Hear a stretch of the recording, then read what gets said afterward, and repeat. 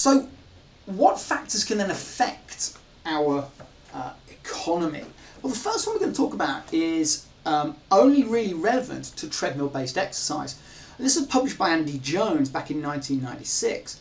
And Jones stated that you need to adjust the treadmill gradient because you're trying to reflect the outdoor cost of running. Remember, when you're trying to assess somebody economically or physiologically, particularly in athletes, we're trying to get data which predicts their outdoor performance. So they looked at this and they tried to understand, is there an optimal treadmill gradient which reflects the outdoor cost of running? And they found that it was the 1% gradient that did this. So a little bit of explaining about what's going on. Here we've got the oxygen consumption in mils per kilogram per minute, and we've got running velocities here. So what they've done is they had their participants run on the road, and they've done constant bouts of exercise on the road at a range of different speeds, and the road is the solid line here. And they've measured the oxygen cost, and they've done this using open circuit spirometry, collecting into Douglas bags, single Douglas bags, while somebody is riding alongside them at a fixed speed. Then what they did was they brought the participants back into the laboratory and had them run at the same speeds on a treadmill, but what they did was they altered the gradient of the treadmill to understand what the relationship is between treadmill gradient and the outdoor cost of running. And what we can see is, if we look, here you've got the outdoor cost of running, but can you see that it is practically superimposed on the line underneath, which is the 1% treadmill grade? That if we alter it any more, so we go to 3% grade, the oxygen cost is far, far greater. If we go to a 0% gradient, it estimates that you're far more economical than you are, because the treadmill is doing a lot of the work while you're running. So this is a really good lesson that the protocol, not just in terms of the work rate increments, but the protocol that is being used to estimate the VO2 response has to be reflective of really, I suppose, the outdoor constraints that one is going to face. So how reliable then is economy data? We've referred to in previous sessions about issues of reliability, particularly in VO2 max based testing, but this sounds like it could be much, much more reliable, because we are simply doing constant load exercise at lower percentages of the VO2 max. However, there are a lot of factors that affect the reliability of running economy, such as treadmill compliance, running experience, the time of day, prior training, nutritional, all of them. So if we think about treadmill compliance, for example, the surface makes a difference. So if you've got a surface which is a very springy surface, that actually uses more energy to run on than a firm surface. So I've got this ball. I don't know whether it shows up particularly well on the camera, but I've got this ball. It's actually very, very pliable. So the net result is, if I'm running that surface and the surface compacts, I've got to compact that surface to accelerate off it. It's a bit like running on sand. I mean, it's an over extreme example, but it's like running on sand. Whereas if you've got a treadmill surface which is firm, it allows the muscle to act much, much more like a spring. As the foot hits the treadmill, you get the generation of potential energy. The potential energy is then converted into kinetic energy, and particularly powerful during the eccentric phase of running. So treadmill compliance is really important, and you can assess this. So you can assess your treadmill compliance by using what's called the coefficient of restitution. Simply just drop an object, normally something like a ball, like a tennis ball, from known heights, and measure the coefficient of restitution. It determines how far your ball bounces back off the surface. And the degree of bounce back ability is a reflection of how compliant the surface is. We know that running experience, without anything else, changes somebody's economy. The more experienced I am at running, or cycling, or swimming, the more economical I'm going to be. And I certainly can develop experiences at particular exercise intensities. So quite often one of the things we can see in economy data is we can actually see where athletes have been training speed-wise or power-wise, because they would have developed an economy in that kind of domain. So it has an effect. Time of day, as it does for all testing modalities, has an effect as well. We know that we're actually more economical in the late evening than we are in the morning for all sorts of various reasons linked to your circadian rhythms. So it doesn't matter which time of day you test as long as you are consistent. I mean, if you want the best economy score, you test in the evening, but it's perhaps less convenient. So if you do test in the morning, always test that athlete in the morning. And then we know that nutritional status may affect economy. We know carbohydrates. If somebody has a high carbohydrate solution prior to running, it gives them more of that carbohydrate-based energy, which allows them to be more economical. We know that nitrate in the form of beetroot juice enhances somebody's economy, for example. So they need to be controlled for. You can't assess somebody's economy accurately and reliably if they've taken a nutritional substance, which affects the outcome.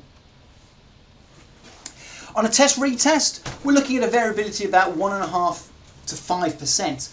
Now that sounds quite high, but if you think about the daily variation in VO2 at rest is about 5%. So it actually falls within that window as long as we control all the controllables. We've talked about this earlier on. We talked about the scaling.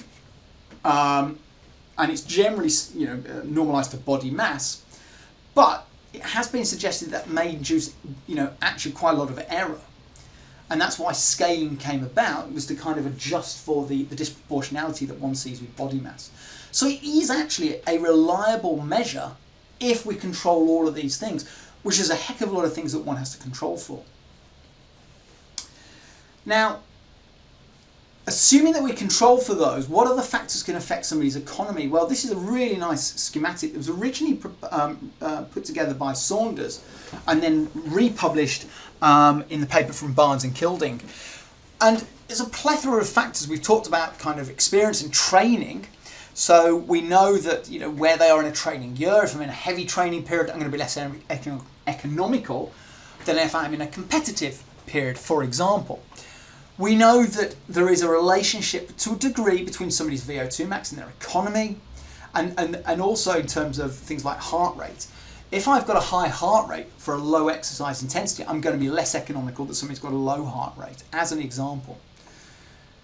Efficiency is important here. If you have somebody who is not particularly good at dissipating heat, they generate heat, can't release the heat, that makes them less economical.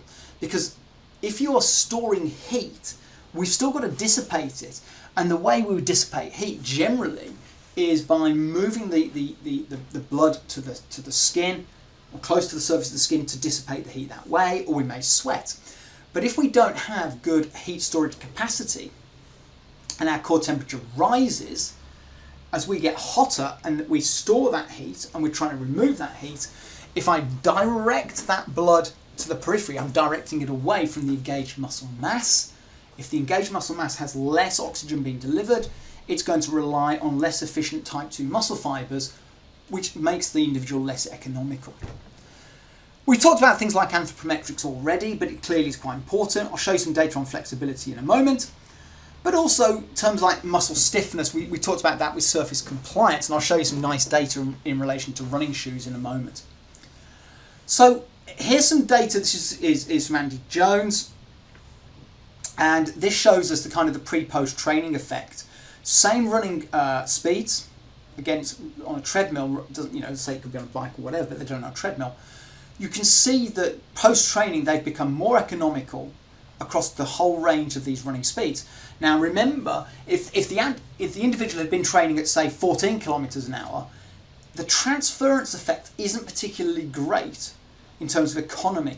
So you really only get the transference effect across the running speeds at one which has been training at. But it shows really how responsive to training economy is.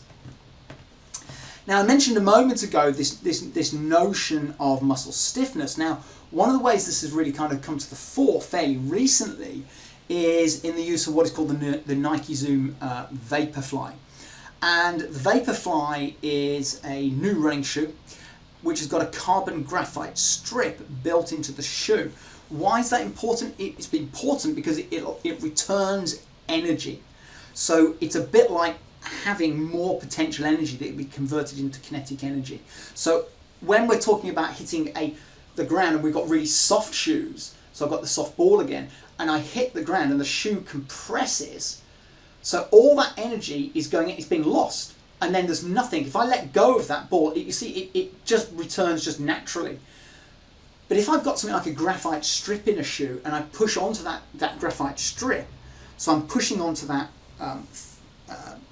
phase in kind of my concentric phase, sorry, in my eccentric phase, I've got the kind of the braking phase coming on. When I release that energy is returned back to the muscle, and I get a faster acceleration phase off the ground. In other words, it's assisting me with the acceleration. It's lowering my oxygen cost. And so we can see this here. It's a beautiful data set that was published a while ago. And this is again from Barnes and Kilding. And what you've got here is you've got a range of different running speeds. The solid line represents the average for the group, and then the other traces the individual responses in 4 different running shoes. So you've got the kind of normal Adidas shoe, sorry, this is the Adidas shoe, the normal Nike shoe here, and then we've got the 2 versions of the Vaporfly, the Vaporfly Plus and the Nike Vaporfly itself. Notice across all of the speeds in the shoes that have got the graphite strip, which are fundamentally allowing for elastic recoil in the lower body muscles, the oxygen cost at all the speeds is significantly lower. They're more economical. So one of the things to control for when you're testing your athletes is make sure they do this. If it's running, they have to do this always in the same running shoes, same running kit. If it's a cyclist, you have to control for the crank length on the bike. You have to control for what the resistance is they're working at. You would have to control for the cadence.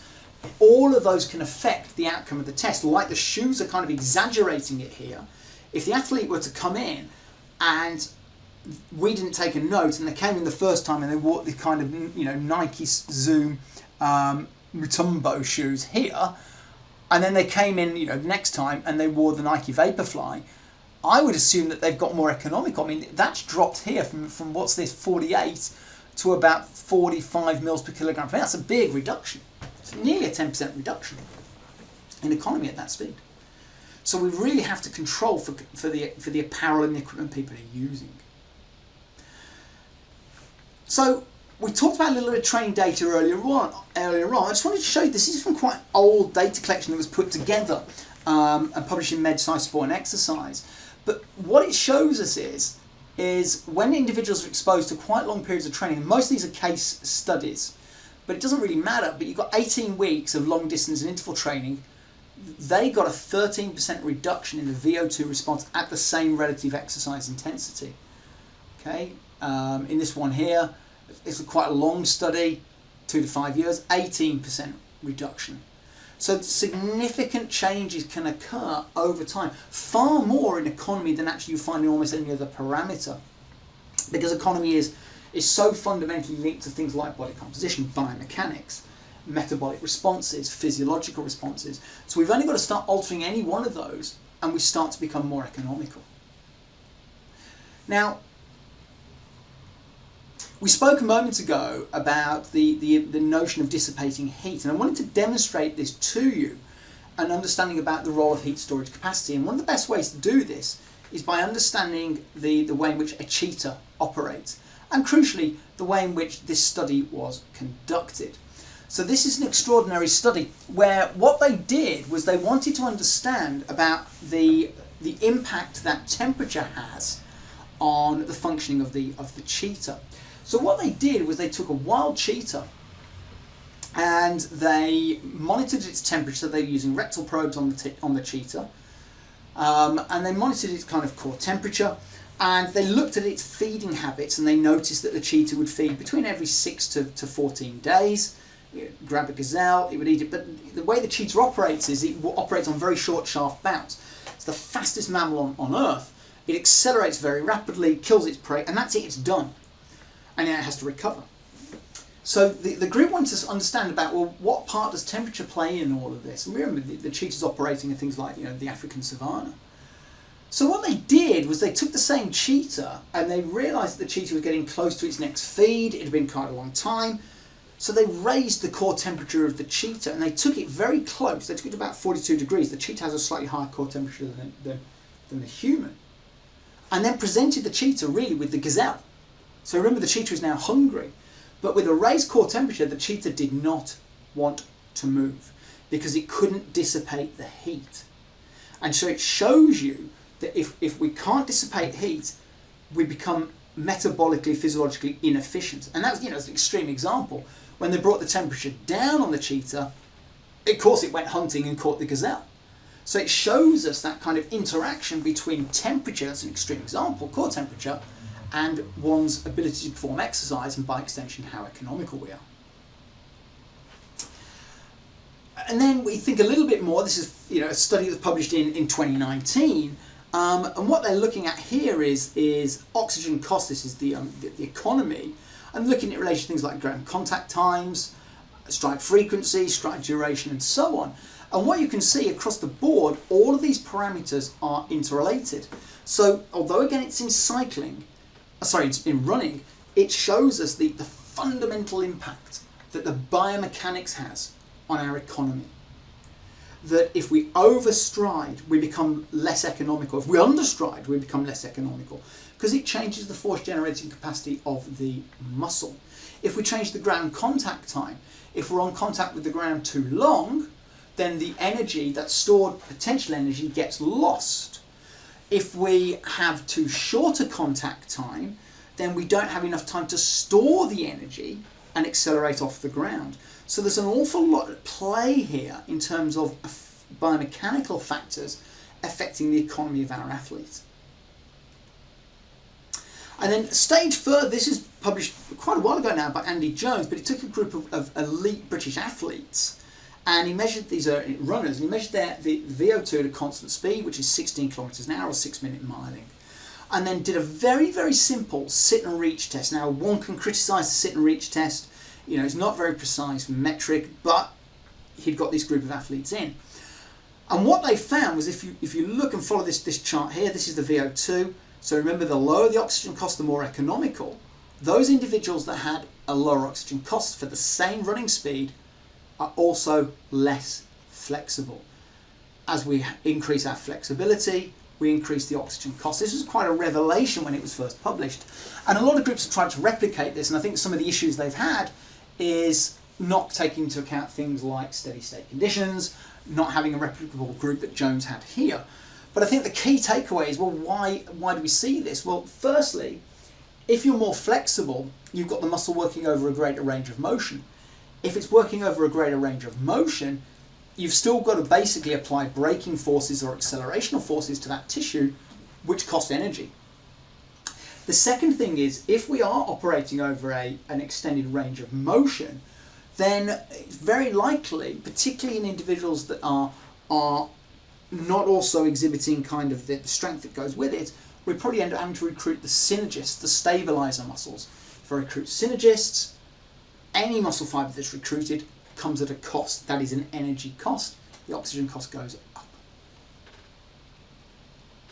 And then an interesting one, which is something to think about when you're assessing your athletes, is there seems to be this association. Again, we have to be careful because these are correlational based studies, but there seems to be an association between measures of mood, and in this case things like tension, depression, anger, vigour, fatigue and confusion, and economy. And so this data from Debbie Cruz really shows this. So you can see here that the higher the oxygen cost, the greater the depression, the higher the oxygen cost. The higher the oxygen cost, I'll go the other way around. The lower the vigour, the higher the oxygen cost, so it's in inverse. The more confused the individual is, the higher the oxygen cost. So it's difficult to control this with athletes, but it's worth having those kind of discussions before one tests them in terms about their psychological state of mind. Are they in an exam period as a student? Are they having troubles at home? Is it trouble at work? Because all of these things will affect the economy score, and particularly if we're trying to make interpretations on this, it makes quite a significant difference. as we can see there.